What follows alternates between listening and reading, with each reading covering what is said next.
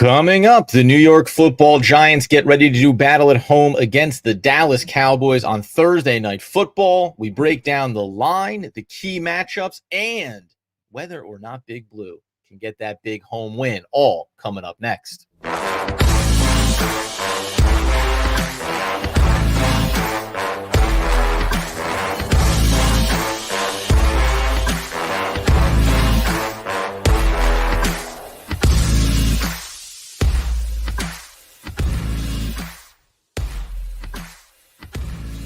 Yes, my friends, it is OGP, the One Giant podcast, where you know that I am one of your hosts, Adam Armbrecht. Andrew Makowitz joining me shortly as we break down being healthy, wealthy, and wise, and whether or not the New York Football Giants can get a critical win on Thursday Night Football against the Dallas Cowboys. Now, we're going to go through it as we always do, but we're going to try to flip the script here and go with game predictions right at the top, just so we can talk about that betting line, the over-under, where things stands, and let you know. Everything you hear after that is going to be why we believe the Giants can or cannot get that big win. But it certainly is interesting, as we talked about on our last episode. The landscape of the NFC looks different than we thought it was going to coming into the year. And that's not surprising by NFL standards, because something always changes, whether it's a surprise team, Minnesota Vikings, right? Sam Darnold and the way that they've been playing, whether it's injuries that end up taking a team and making them look significantly different than we thought they would. I mean, flip over to the AFC and the Cincinnati Bengals, right? Who right now at 0-3 with the Pittsburgh Steelers, another surprising team, being 3-0, have to feel like their season could be all but over already before it had a chance to really get off the ground. But in the NFC, there are only two teams that are 3-0. That's the Seattle Seahawks and the Minnesota Vikings. Minnesota Vikings obviously gave us the thump in week one. Seattle, we talked about, they've had some certainly, I'm going to say questionable opponents, but they've had some teams that aren't necessarily of the caliber that we think you'll need to beat when you want to talk about going to the playoffs. But everywhere else, it is wide open. And it's also wide open inside of the NFC East, where right now it is the Washington Commanders that are the darlings of not only maybe the division, but also the league with the way that rookie Jaden Daniels is playing. So that is the table setter about why this game, even beyond the division and beyond a rivalry, matters so much for the Giants. It's also because we can look back and we don't do the woulda, coulda, shouldas, but there was a game against those Commanders that maybe could have been a win, and how much different will we feel coming into this game? We'll go ahead and get ourselves set up here with Andy momentarily. I think he just saw him pop in, and then as quickly as he was here, he was gone. So when we think about the New York Football Giants and what they're coming into this game with, we broke down offensive line play and certainly that dominant defensive front. The thing you have to like when you're looking over at the Dallas Cowboys is not only that they come in with a 1-2 record, so that feels different. It feels like a team that was supposed to start out better. They beat the Cleveland Browns, by the way. Like, if you want to have a right off the jump reason why the Giants can win this game, it's not just because they beat Cleveland and Dallas lost to them. It's that's the only win that Dallas has on their schedule right now. They lost to the Saints at home. They lost to the Ravens at home. Two teams that certainly, Saints started out absolutely blazing a trail, but you follow it up when you go over and look at how their schedule turned out. Well, all of a sudden you're realizing that the New Orleans Saints, who clearly are going to be an offensive weapon you're at the battle against, but then they got beat up by the Eagles, a team that we think is better than maybe how they started the season, a little bit clunky along the way. So there's all of these reasons to look at Dallas and just say they're a team that has not played well. Their only win is against a very bad Cleveland team currently. So why can't the New York Football Giants step in and get that W? Let's get Andrew Makowitz in the door here. Let's talk about that betting line. Let's give our picks and then break down the reasons why we know the result for Thursday Night Football. Okay, Andrew, about time you showed up.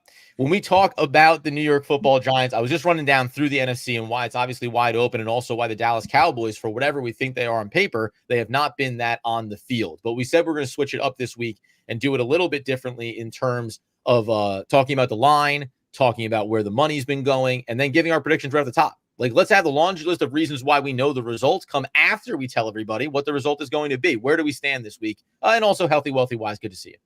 Oh, I'm just pumped. While it is raining outside, I am exactly 2 miles away from MetLife Stadium and will be in attendance tonight with family and friends. Adam, did you stretch out in case you need a kicker? Yeah. Yeah. I mean, Who's got the if, longest if legs in your family? if you listen to Brian Dable, they are confident that they have the right kicker at the helm for this Thursday night football game, because Great. what are the other options that they have at this point, other than Yeah. maybe me doing a tryout before the game, stretching it out a little bit, presumably pulling my hamstring on the opening kickoff as well. Adam, right now, the betting line is New York Giants getting 5.5. It has moved Oh, that from four and a moved. half to 5.5. It is continuing to move. Some sportsbooks have it at 6. So Wow. everyone is betting the Cowboys, whether it's the sharp bettors in Vegas, whether it's the casual bettors like you and I. Everyone seems to think that even with the Giants looking better than they have against the Cleveland Browns, everyone just looks back at the history of this matchup and how Dallas has had the Giants number for the last, I think it was 10 out of the last 11 primetime games Daniel Jones has lost, and he clearly cannot beat the Dallas Cowboys, if you look back historically. So, over under of 45.5. Obviously, that is much higher than what it was in the Browns game. So they're Yeah. indicating that the Cowboys offense should be able to manufacture points. Is any of that interest you? What are you thinking about when you hear that the line is basically moving 1.5 for the road favorite? Yeah, I mean, listen, it doesn't build you with confidence. Let's put it that way. I think it makes you wonder about that idea of how people perceive these teams right now, right? And the Giants have been an up and down team this year, not just the 1-2 record, but not having the kicker, right? So there's some sense of, can we trust the coach all the time? There's also the last week where they win, yes, against the Cleveland Browns. We said the plays are the plays, the results are the results. But Daniel Jones did throw 2 passes, one of which Malik Nabers broke up, and another one that he went ahead and pulled down for a big play that could have been interception. So there was a lot going on there over these last few weeks to not necessarily say, oh, the Giants should be 2-1 and they automatically would be winning these games right now. The other side of it for me is, are people still resting on Dallas being Dallas? Are they just resting on the fact that whether or not they fail every single time they make the playoffs, they do make the playoffs every year? They are consistently in that position. And it does, listen, from that standpoint, it's hard to look past Dak Prescott and the stats that he's capable of putting up. He has 251 more passing yards than Daniel Jones coming into this game. He's completed a little over 60% of his passes, so it hasn't been perfect. And he has 4 touchdowns, 2 picks. He's been sacked 9 times. Like, I think a lot is resting on that. And maybe this first key matchup that we talk about, I will get our game picks in first, but maybe that first key matchup is about these wide receivers and is about who's covering them and where that confidence lies. But I just think there's a lot of history here that would tell everyone, bet your money on the Cowboys, because nothing tells you that these players and this team for the Giants have been capable of beating them. Yeah, and the Giants in big spots. I mean, I just think back to being in the stands last season, opening game, same situation. The Giants have a lot of optimism coming off a big playoff win. I'm sitting in the stadium being like, all right, I really do feel confident that we have a chance to change the path of this and beat the Cowboys for the first time. And the Giants lose 40-0 and they lay an absolute egg. Right Right. now, we have a little bit of a sample size to see how the season goes. Obviously, the team did not play well, and Daniel Jones did not play well week 1 against the Vikings. Week 2, Daniel Jones looked much better in a do or die game, metaphorically, where like if he Mhm. didn't perform well, then you start asking questions if he should be the quarterback anymore. Started playing a little bit better. And then last game, obviously, was the best of the 3, in my opinion, against Cleveland. He did have, he still threw some balls that were potential mistakes, but he was trying to be more aggressive. He was trying to get it in playmakers' hands. So when you look at all this stuff, you got to be more confident with Daniel Jones, at least, seeing him have a steady progression from week 1. Keep in mind, Adam, he is coming Yes. off an ACL injury, right? Like, I think that's something Yeah, that yeah. we haven't mentioned in quite a while, where it's like, we talk about Kirk Cousins looked bad with his Achilles coming off it in week 1, and people were questioning what was happening. He's starting to get his feet underneath him, his Mhm. legs underneath him, literally and figuratively. And so for me, can the Giants build on what they have done in the first 3 weeks? It looks like the defense is getting a little bit better, albeit, against a guy like Deshaun Watson. It looks like the offense knows that it has to run through Malik Nabers and have Devin Singletary manufacture as many yards as he can. This is an interesting one because it's a short week. The Giants are short in the secondary, but I think you brought up a really interesting point in our last episode that I never thought about, which was, if you're going to be short in an area, you'd rather it be somewhere where you're already kind of deficient, because the drop off to the next guy underneath is Yeah. kind of like, well, we already know that that's the problem. Like, how much is the drop off? If you were saying Malik Nabers is out and we have to pull up a wide receiver from the practice squad to play in this game, that delta feels like it impacts the Giants more than, say, Adoree Jackson not being available in this game. Yes, yeah, and we know they're going to be down in the secondary. We feel like they can be dominant up front. Here in a moment, game predictions and all the reasons why we know the outcome for Thursday Night Football for Big Blue. We'll do that in just one moment. All right, Andy. We're talking about Thursday Night Football. We're talking about the New York Football Giants hosting the Dallas Cowboys, a recent history that has not suggested that Big Blue can come out on top. The line is moving. It's at 5.5. It's pushing towards 6. The over-under is 44.5. Who do you have winning this game? Well, this is a tough one because I've gone back and forth about it. And the Giants have a little bit of a momentum after looking terrible, feeling like they should have won against the Commanders, and then actually going on the road and beating a good Browns defense. Whereas you feel like Dallas started right out of the gate with the Browns and dominated, and then lost to a team like the Saints, who we don't really know what we're seeing yet, and then come out and lay an egg to the Ravens. And much like the Cowboys do, like in garbage time at the end of the game, they end up making it closer. Dak Prescott gets all of those extra yards. Mm-hmm. The challenge that I have is this, Adam. The Cowboys, for as futile as they are in the run game, which is not very great at all in the league. In fact, they are, in terms of rushing yards, they're 30th, rushing attempts, they're 30th, yards per rush, they're 29th. They are first in passing yards per game and third in completions. Dak Prescott can still move the ball down the field, and we know that the Giants secondary is an issue right now. When we talked about, while we would rather have someone like Adoree Jackson not be available rather than Malik Nabers, it's still not a good sign for the Giants. And so I can see the Cowboys saying, we're going to run the ball 10 to 12 times. We're really going to rely on Dak Prescott getting the ball to CeeDee Lamb and seeing if someone like Deonte Banks can step up and be able to handle him one-on-one. Who's going to guard Brandon Cooks? We still know that he has speed to get downfield and make big plays. I am very concerned that the Dallas offense can still score points even without a running game. And so that gives me a lot of consternation, a lot of heartburn that they can move the ball. I think it's actually going to be a close game. I don't think this is going to be one of those 37-10 games where I'm leaving the stadium in the second quarter or the second half, like I have in previous Dallas versus Giant games. While the Dallas defense feels like it is beatable and the Giants can run the ball, I don't know if Devin Singletary is the guy that can fully take advantage of it, like a Derrick Henry can, or like an Alvin Kamara did in weeks past. And so for me, I think the Giants will move the ball. I think Daniel Jones will look okay. It'll kind of be somewhere in between the Browns and the Commanders game.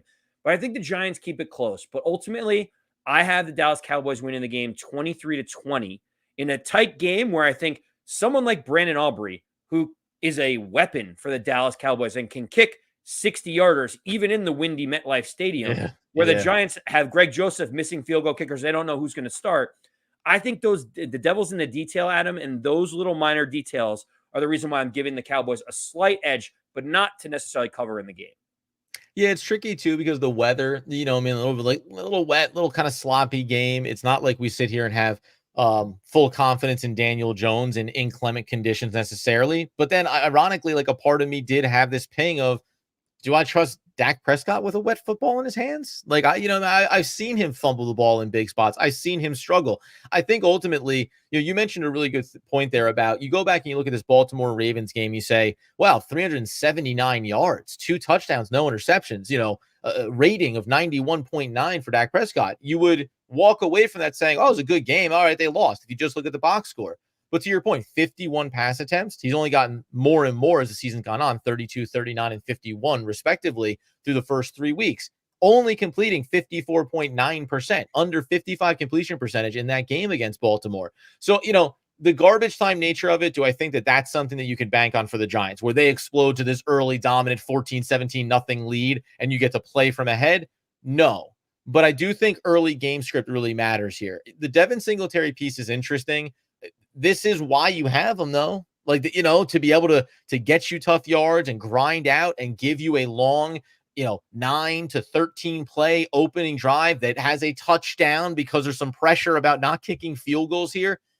Listen, there's no reason watching the money and where it's going to feel bullish about the New York Giants. But the Cowboys are a bad team right now. And I think it's presumptuous to rest on what they have been versus what they currently are. Likewise for the Giants. What have they been? They've been bad. But what have they been looking like at the start of the year and over these first few games? They've looked progressively better. Beating the Cleveland Browns does not seem to really matter much by NFL standards these days.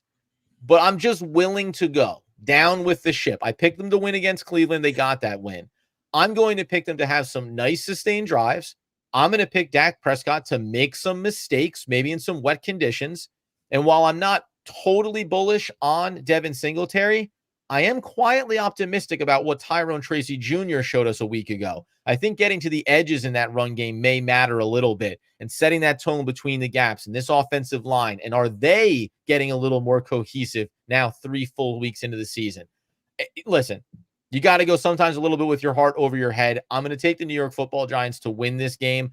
Weather conditions make it hard to go too high on the total.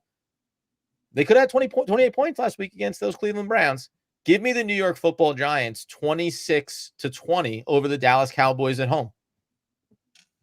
You have a very similar game script that I do. I think you're just thinking that Dallas is not the Dallas of old, and their defense is significantly worse than what it's been in the past. And you know what's, by the way, what's so funny is that this was like a beautiful sunny day right now. Then a part of what I'd be saying is like, maybe it is just grip it and rip it. And Daniel Jones is going to throw a couple picks, but like, let's just air it out and make it happen. We're going to get to Malik Nabers, by the way. But I think the weather of it, at least in a good way for the Giants, maybe reins this thing in just a little bit. Because I think an arms race would end up being difficult for the Giants to survive. Yeah, I agree with that because Dallas's offense through the air is as potent as can be. Dak Prescott, you mentioned, almost threw for 400 yards, albeit 19 points in garbage time. Neither here nor there. Adam, yeah. I think it's going to be a tough game. I kind of think it's going to be a field goal game either way. You kind of have it in the same range in terms of scoring.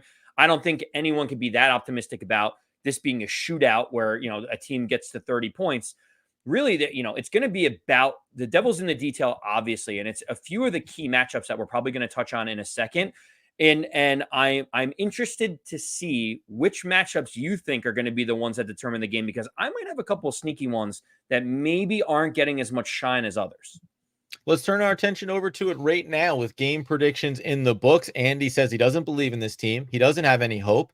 And quite frankly, he almost feels like a bit of a Cowboys fan on this episode. I'm not saying anything. I'm just saying things. Meanwhile, yours truly believes that this team is trying to do something this year, believes that whether or not we wanted to hear it, they've kept Daniel Jones and they're trying to win football games. And you can't want them to lose everything because it will mean that Brian Daboll gets fired at the end of the year. So a little bit of hope springs eternal. But now we look over and we think about some of those key matchups that are going to matter most for the New York Football Giants.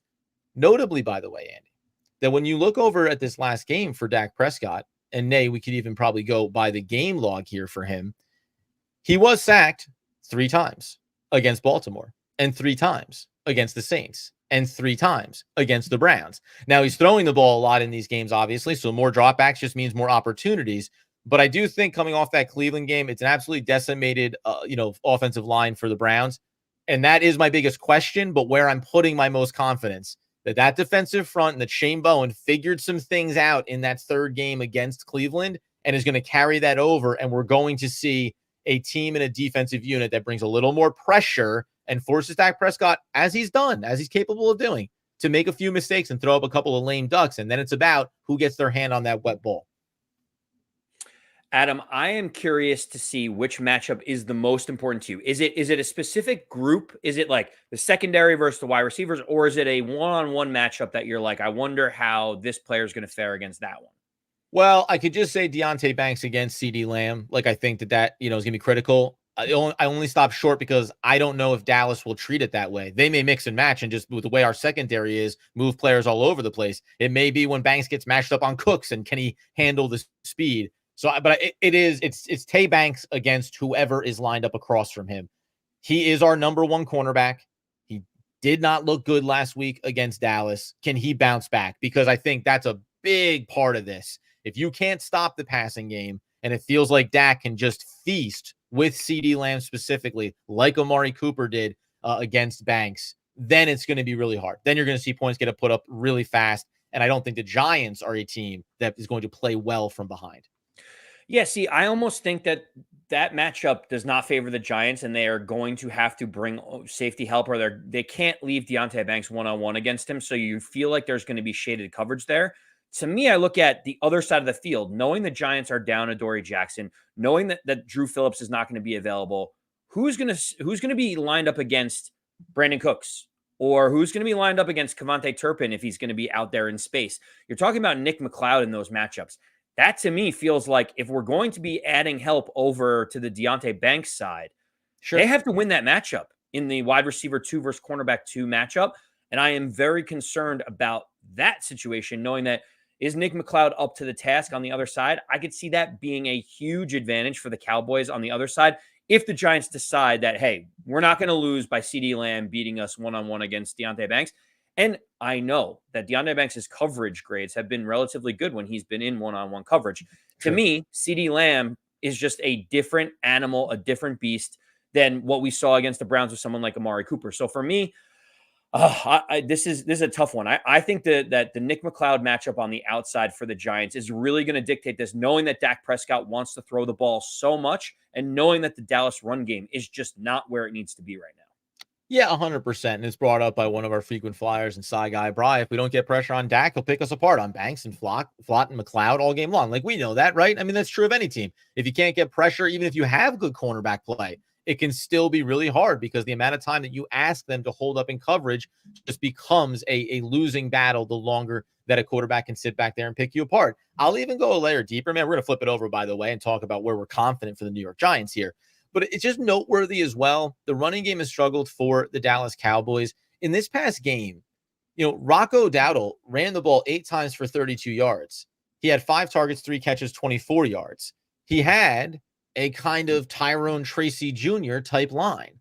And I just remember the Giants have struggled. They've been kind of beaten up by the running game. Last week against Cleveland and what that team is, it can certainly cloud some of those areas. So, it's funny how the pressure has worked for the Giants up front in this past game, but also we knew that they were getting exposed sometimes. Speed can be beaten out by good scheme, couple of nice blocks, and all of a sudden you're in that secondary and you're asking the linebackers, you're asking safeties to come down and help as well. So, you know what? Almost to your point, there is a lot of pressure on the New York Football Giants to come into this game and the safeties to play really smart, sound football. You may be shading over on a wide receiver. You may be asked to come down to the box and help clean things up on running plays. And everybody else in front of you, and everyone has to play their part.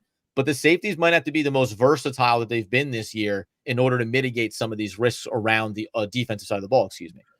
Adam, when you talk about Rico Dowdle and you talk about Zeke Elliott, Zeke is averaging 3.3 yards per carry on 19 carries. That is not great. Rico Dowdle is averaging 3.8 yards per carry on 23 carries. I know. Yeah. Neither of them seems to have any explosive burst, and neither of them seems to be able to help move the ball down the field. It puts so much on Dak Prescott to be able to do. But guess what? Dak Prescott is the highest paid quarterback in the NFL. At some point, he needs to be able to show that even with a very mediocre to bottom rushing attack behind him, he is getting paid all of those dollars because he can win against under 500 teams, even on the road, even with the not ideal circumstance. So that is going to be fascinating to me. I do agree. I like Tommy Gunn saying that we're staying relatively positive because I think, Adam, you correctly predicted that the Giants would win against the Browns. I had predicted the Giants would win the first 2 weeks, and then I kind of sat there and said I need to see more until I can put my neck out on the line. But I think both of us are in the same kind of 20 to 20 something range. Can the Giants finally finish off a team? Because the last couple of games, it felt like they could have and should have potentially won against the Commanders.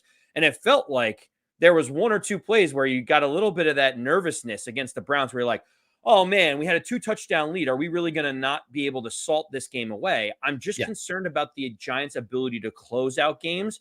But we have seen Dallas historically been able to do it. It's just, what Dallas team are we actually going to see? Yeah, and to Tommy's point, I'm picking them to win the game, Tommy, and there's a lot of reasons why I think they can do that. And it's funny, when you look back at that Dallas game against Baltimore, there's a lump in your throat around, they were down big and they were able to battle back. If Cleveland could play like Dallas, you had 21 points in the first half, then nothing. It took all the way, grinding it down to your point, 21-15, lump in your throat. Now, it could have been 28, right? easily Singletary goes across the line there. So it would have been a 4-touchdown game for this offense. I do think that it is critical for the Giants to have the lead, to have it be 7-0, 7-3, 7-7, 14-7, 10-7. Like, always have that little edge out ahead where every time that Dallas takes the field, they feel that little bit of pressure, right? You don't want this to be a game where Dallas gets the first score potentially up 7-0, right? You don't want it to be where the Giants are chasing a little bit. We've said this all season long. Everyone's saying this about Dallas. Yeah, they play really well from ahead because every team plays well from ahead. The Giants played well against the Cleveland Browns from ahead. Why? Because Shane Bowen was able to say, guess what? We put up these touchdowns. I'm going to go out there and start sending some pressure at a bad quarterback right now. I don't want them to find their rhythm with some of their wide receivers. Now, in the second half, when you start to play a little tight and then you try to go into coverages and zone looks, and then you start getting picked apart, it's antsy. But I think the Giants have the ability to do that. And you may point to the running game. You kind of questioned a little bit about Singletary. I'm going to go back to, this is a big spot for Malik Nabers. I mean, we're singing his praises right now, as very well we should. This is Thursday Night Football. This is a primetime matchup, bright lights, big stage. And I don't think he's at all worried about shying away from that. But I think it's that kind of beautiful thing. We're a bad secondary for Dallas. How about Malik Nabers makes the big statement? And when we talk about CeeDee Lamb and Malik Nabers' stats at the end of the game, we'll just look for who won that battle, for who won the game. Well, you mentioned Malik Nabers. I find that matchup fascinating. Obviously, it's going to be the highlight. There was a lot of barking back and forth between Trayvon Diggs and Malik Nabers in the offseason. You have to love how Malik Nabers approached it when he was asked about it in this week. He said, that's all offseason. There's no more time to talk. Let's get on the field. And when you hear him say that, you're like, that is literally the perfect answer. He's not giving them bulletin board material. He's not adding fuel to the fire. He's saying, oh, no. We're going to see who's the better player on. That just shows how much confidence Malik Nabers has in himself and his ability to score or at least make an impact in this game. The fact, we're going to get into some betting, some potential betting lines or bets of the week. I mean, the fact that you can still get a Malik Nabers anytime touchdown at plus money right now feels like, until he proves you otherwise, that there is a cornerback that can stop him, that feels almost like an auto wager for any fan that is excited about his potential. Do you feel the same way? You're getting plus money on a wager for Malik Nabers, judging by last week and how he has looked consistently, even against the Commanders. It feels like he's a guy that you are now expecting to get in the end zone, not hoping that he's going to get in the end zone.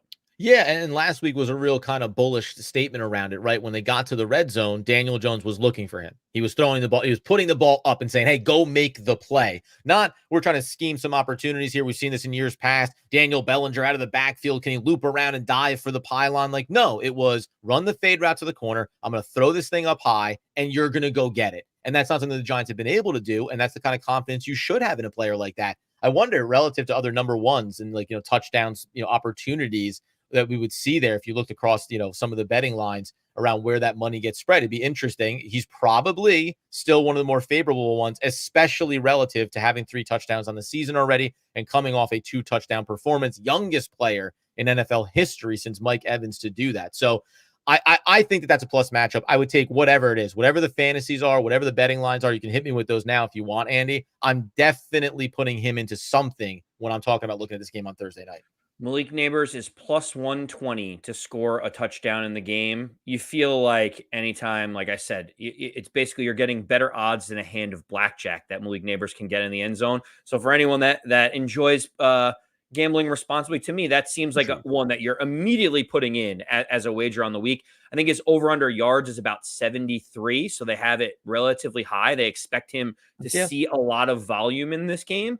And so, everyone around the league is realizing that he is that guy. I mean, you saw the clip of Myles Garrett being like, oh man, you are that dude. And anytime you have the defensive player of the year looking at your rookie wide receiver saying keep up the good work, that's what you're doing. He's doing something right. So you're doing the anytime touchdown for Malik Nabers then. Is there anything else out of this game you like betting wise or from a fantasy play standpoint? Yeah. So betting wise, the other one that I like, if you want a Cowboys shade to this in terms of hey, I want to have action on both sides, I would say if you're going to go with an anytime touchdown, Jake Ferguson, the tight end of the Cowboys, is a very interesting one. We're talking about the cornerbacks being banged up. How is the secondary going to react on the outside? Is Nick McLeod going to need help? Is Deontay Banks going to need help? A guy like Jake Ferguson, who's going to be sitting in the middle and taking some of those seam routes, he's a guy that I look at and I say he could be a problem for the Giants. Look at last week, Adam. He had 6 catches for 95 yards against the Ravens, 11 total targets. Now, he was out in week 2, but the week before that, he had 5 total targets. So in 2 games, he's had 16 targets for the Cowboys. It feels like he is outside of CeeDee Lamb, the security blanket for Dak Prescott. So for me, it's plus 230. So it's almost 2.5 to 1 on your money for something like that. So I look at Malik Nabers, anytime touchdown, Jake Ferguson as the 2 that I am thinking are most likely for, the upcoming game. Is there anything that catches your eye when you're thinking about a player to watch or a line or something on the fantasy side? I'm going same game parlay here on this, and keep it simple, man. I believe the Giants are going to win the game, so you got to take that leap with me first and foremost. Take them on the money line. Well, I don't need to give any points up, get any points here. I'm taking them on the money line.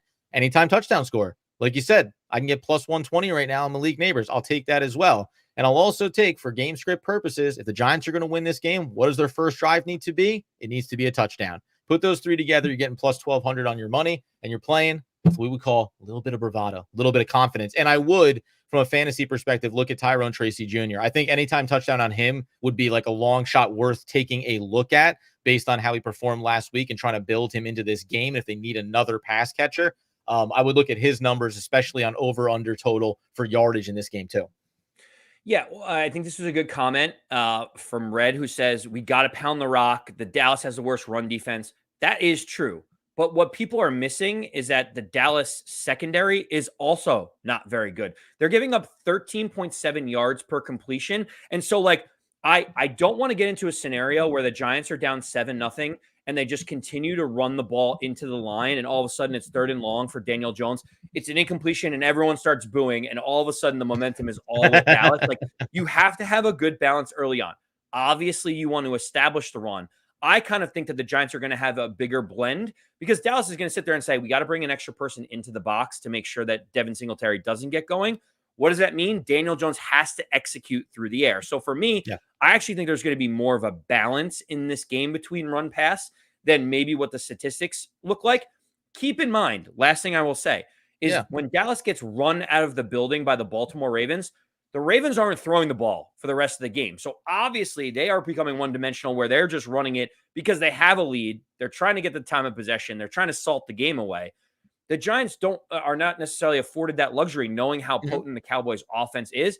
I mean, sure, if the Giants can get up 3 scores against the Cowboys, do I want them to continue to run the football? Of course. I just think it's not as easy as saying the Giants should run the ball every single down, every single snap, because that's how we get into these long down and distances where the Giants end up obviously being a little bit of a challenge. Do you want Daniel Jones to be in 3rd and 8, 3rd and 9 in the first drive? And all of a sudden now there's the potential for a big mistake and you're worried about it. So I don't know if you feel the same way. I know that you think that Devin Singletary is going to have a high impact in this game. But for me, I think they have to be more balanced than I think people are anticipating going into this game. Yeah, and I mean, remember, Singletary, we said this the other day, 43-yard long run there, sits down at the goal line, doesn't score, helps the team just take knees and win that football game. Then it was 15 carries for only 22 yards outside of that, right? So, I understand that you may want to get away from that. But as being mentioned, a bad run defense for Dallas. And it's not even that I'm not sitting there telling you. So Devin Singletary gets 25 carries in this game, right? 16 for Singletary. It was 5 for Tracy, 8 runs for Daniel Jones, only amounted to 20 yards. What I just think we're going to see is just better efficiency out of Singletary, right? He may only get the 16 carries, but I think that he'll have closer to 65 yards chunk by chunk than needing that one big break off. And it's to your point about, hey, down in distance, I want to be able to make Dallas wonder. Are they going to try to run a quick slant to Wan'Dale Robinson on 1st and 10? Or are we going to get 3-4 yards from Devin Singletary? It's going to set up positive down and distance on 2nd and 3rd downs and put you in a spot where you can use everything. And that really, go back and look at that Cleveland game. It was a good game script. You didn't turn around and just because they were having success through the air, abandon everything.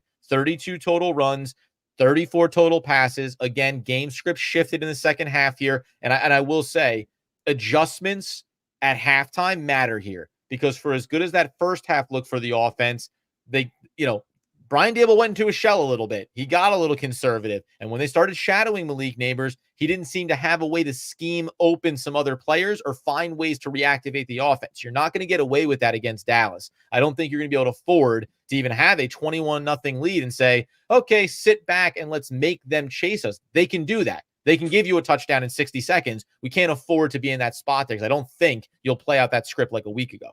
Adam, there's a name I want to ask you about, and I want to know where your head is at on the impact that this player will make. Jalin Hyatt.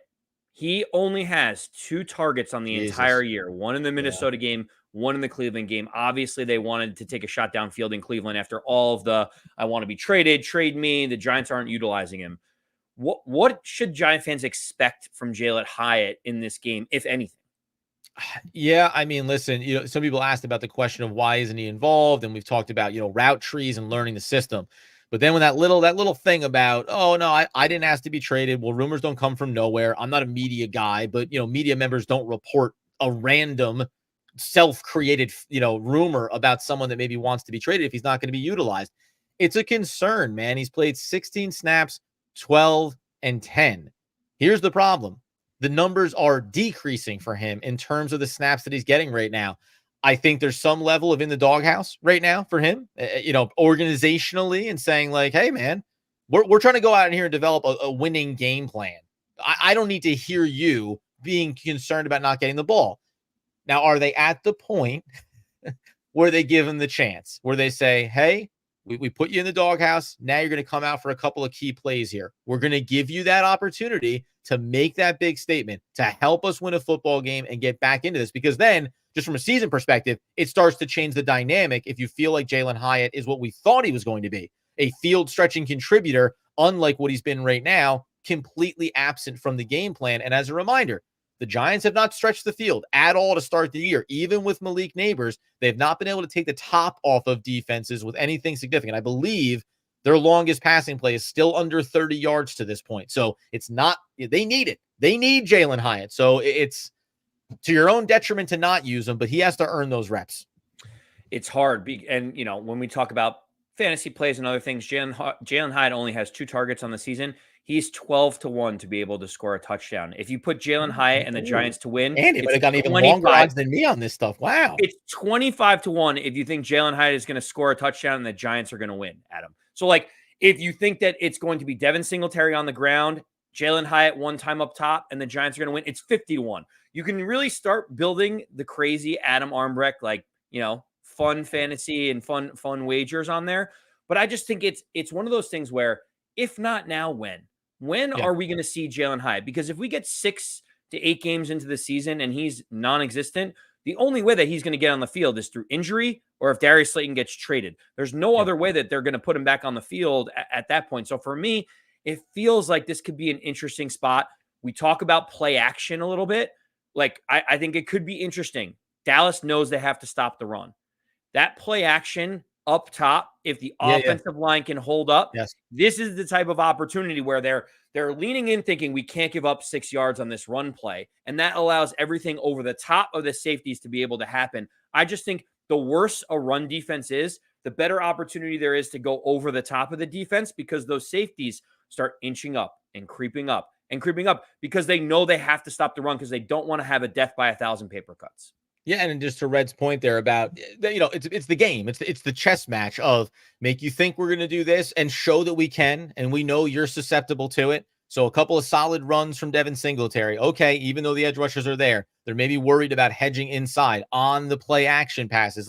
Any way that you can buy that extra second or two of time, the extra half second of time for Daniel Jones is what's going to afford the ability to get downfield. We told those stats. It's over 3.5 seconds to sack for the New York Football Giants offensive line right now. That's a good number by NFL standards. So when the pressure has been coming, it hasn't been coming in, an immediate breakthrough wave. That is an improvement for this offensive line. When it's been difficult for them against tough matchups like Myles Garrett, they haven't been breaking the dam. It's been more like a sieve. Hey, sometimes it starts to creep through a little bit, and you can make an adjustment to that. As long as the offensive line stands tall on that order of, hey, man, we're going to lose some battles, but it can't be giving it up in that one vicious play. Because guess what? we know that Daniel Jones, man, some of those big hits, those big sacks, that ball does come loose. Some of those run plays, right? Especially, man, I'm going to say this again. It may not rain tonight. It's 97% humidity. So it might as well be raining. That ball is going to be wet. It's going to be slick. The field is going to be a little bit off. Hopefully, Dallas continues, as many teams do, to struggle to adjust to the field, in East Rutherford, New Jersey, where it always seems to be a little something different, year over year and week over week. But it does matter, man. It's just, listen, let me just say this at the end of the day, if I could. I just want to sit down on Thursday Night Football with the Giants being the only team on TV with the Dallas Cowboys and feel like my team goes toe to toe and battles. They got embarrassed to start the season last year against this team. And it's so many new players, and that's a good thing, because they don't know anything about that. The guys that are still here, Dexter Lawrence, Kayvon Thibodeaux, they know about that. They got thumped. All the new offensive line, this is our game script now. Malik Nabers, this is our game script now, right? Daniel Jones, I'm going to be healthy this time around. I'm going to make it out of this absolute disastrous game that we had a year ago. That's what that's what you need. I think the fan base needs to see this team go up against the Dallas Cowboys roster that on paper is a playoff team. They may not look like it right now, and that's a good thing for us. But this is the first maybe test here early in the year of going and playing a team that is clearly capable of being one of the better in the league. It is a litmus test. It was an impassioned speech, by the way. I know. Like I was leaning into it. I was like, go on, Adam. That was pretty good. This is the litmus test for the Giants. If you expect this team to be able to get over 500 and be competing for a playoff spot, you have to be able to take advantage of division games at home when the other team can't run the ball and can't stop the run. It's that simple, because guess what? There's better teams than the Dallas Cowboys out there right now. Dallas might get better over the course of the year, Adam, but if you were going to meet Dallas at any moment of the season, it would be when they can't run the ball and they can't stop the run, and they are seeking more, they're seeking out answers, and they have no answers for any of that right now. And so for me, this is a good spot for the Giants. I am hoping that they are competitive. I am hoping that while I'm sitting in the stadium getting rained on, it is not the same 40-0 situation that we saw last year. And that is really what everyone is asking for. Be competitive in these games. Give us hope going into it that you look forward in the schedule. If they can get this win, all of a sudden, some of those games that you've already chalked up as losses, you're like, well, you know what? This team is more competitive than we thought. And so maybe Malik Nabers changes that for the Giants with 1 or 2 touchdown grabs tonight. Adam, I am nervous. I am excited. I am cautiously optimistic, but I need to see the New York Giants be able to defeat the Dallas Cowboys in a primetime game. That would make all of us happy. Do it when it matters, boys. That's all you can ask for. Obviously, at the end of the day, the New York Football Giants have a tall task, and hopefully they rise to the occasion. Thursday Night Football, primetime game, everything on the line. You follow us over on X at AMAC214, at Adam Arbrecht, the One Giant Podcast. We'll be in. You'll probably see us maybe shouting and screaming. I tend to completely shut down everything else when the Giants are on TV and be locked into the game. We'll, of course, be back with our game reactions. We'll be talking about the games over the weekend as well on our Friday edition. Get us on YouTube. Check out our sponsors along the way and the podcast feed. Please, please, please tell your friends, tell your sisters, your wives, and everybody else in between. Go subscribe to the podcast feed. It really means a great deal to us. But until next time, until winning time, as Andrew Makowitz would want, need, and nay, demand the people know. As always, let's go Big Blue.